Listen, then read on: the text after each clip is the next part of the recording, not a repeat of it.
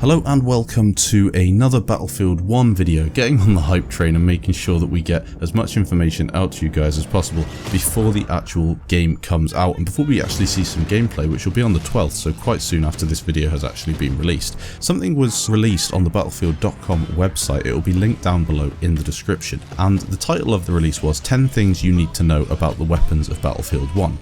This interested me a lot because they're actually giving us a bit more information as opposed to just screenshots and videos that we can maybe speculate on as much as we want. They were very, very clear in the information that they gave out, and this video is going to concentrate on those 10 things. I'm going to read out kind of what they said. You'll be able to see it as well in the description. I'll have it on screen, and then I'll give you my thoughts and opinions, and we can discuss it in a bit more depth down in the comments below after you've watched the video. So, the first one, they feel fast because they are. If your weapon of choice is an automatic rifle or a powerful LMG, Battlefield 1 is loaded with guns to scratch your trigger finger on. In general, all of the weapons might feel a little faster than you'd expect. On top of adding drag and gravity to the bullets themselves, we increase the bullet velocity. This speeds things up and makes the gunplay feel more authentic. Of course, World War I, guns weren't all semi-automatic, super fast firing lasers that we've seen in previous Battlefield titles. They're going to be a bit slower, a bit clunkier, but of course it is a game that we're all going to be playing online, fast paced. We don't want to really have this thing where your gun gets jammed and you can't fire it and maybe it takes you forever to reload it. We want it to be a bit more fluent than that. Of course what's going to happen is they're going to make it a bit quicker. We all know this. As long as the time to kill isn't as fast as it was in Hardline, and maybe the gameplay and the tick rate and all the issues that Battlefield 4 had are ironed out for BF1, it should be a lot better, and we should see things removed from the game, such as dying round a corner and getting hit by things. It's a lot better on BF4 now since the updates. It is a superb game compared to what it was. However, there's another step that can be made, and hopefully they get it right on release. Next up, something that we all know if you've watched my previous videos, and it has been all over YouTube in the past. There are 6 categories of weapons. You have shotguns, you have SMGs, you have LMGs, semi-autos, sidearms, and sniper rifles. Now, we all know from Battlefield 4 that you can have a wide selection of weapons. There are absolutely loads to pick from, and in all honesty there's almost too much choice because there are only a couple of go-to guns that I always use and a lot of other players who I know use. So having these 6 categories is kind of a bit vague for me at this point. I want to see how many weapons are going to be in each. However, it is nice to see a lot of variety for us to pick from. Not much really we can read into this at this point, but obviously guns are going to be better at doing certain things than others, and of course we've got shotguns as well, so they're going to be one-shot kill, I imagine, and absolutely demolish people. However, they will be a bit more balanced, I think, than Battlefield 4 with your automatic shotguns that can just wreck an entire squad of people just by holding down left mouse button. Hopefully it's a bit fairer than that in Battlefield 1. There's a ton of variety. Each weapon type has multiple different weapons to choose from. The weapons of the era were incredibly varied. In fact, many of the weapons of World War I were the first successful versions of those weapons. The first SMGs and automatic rifles were deployed during the era, and you can use them in Battlefield 1. Variety, nice, I like it. Again, we've seen this in previous Battlefield games. Hopefully there's going to be lots of different stuff that we can pick from, and lots of decent gunplay balance as well. I don't want to see an AEK style weapon that's better than everything else, or the K10 in Hardline when that came out that's just better than everything else. Hopefully it's very, very balanced from release, and I will again have a difficult time choosing which weapon I want to pick because they all have a pro and a con, and they're difficult to use at first possibly, but then they get better with that, you know, mastering the recoil, or they are very good and very easy to use at first but maybe not as effective as a gun that I could learn the recoil of, something along those lines. So maybe making that skill gap a little more than it has been in previous games. They are super effective. Technology hurtled forward during World War I, leading to absolutely incredible, efficient weapons that were damn good at doing what they were designed to do.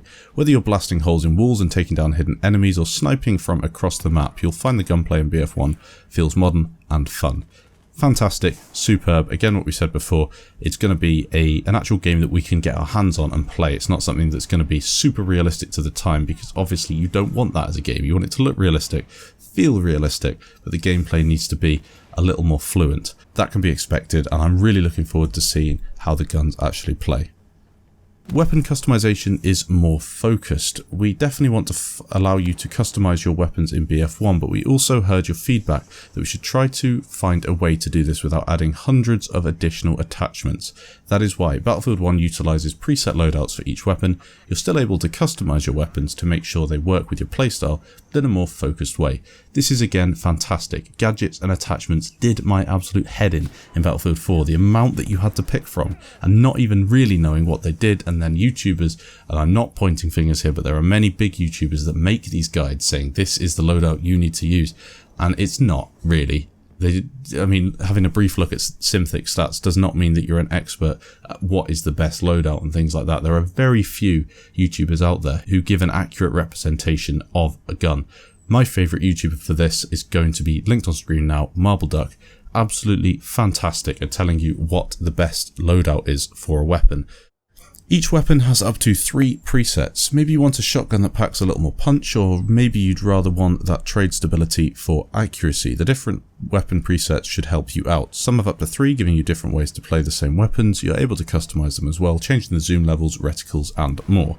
This again is quite cool. It means that you could possibly pick a preset for your weapon, and then if it's not working out and you feel maybe, oh, I need a better sight, I need a bit more range, I need to change this weapon a little bit, change the weapon in the middle of the game. Maybe you've had a death, you want to respawn, change the preset on the fly.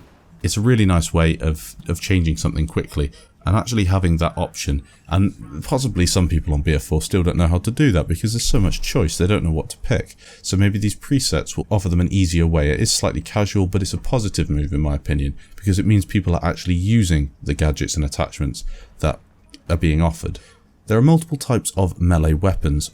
Before I read this out, we did see this and I'm so hyped for getting myself a spade and smacking someone over the head with it.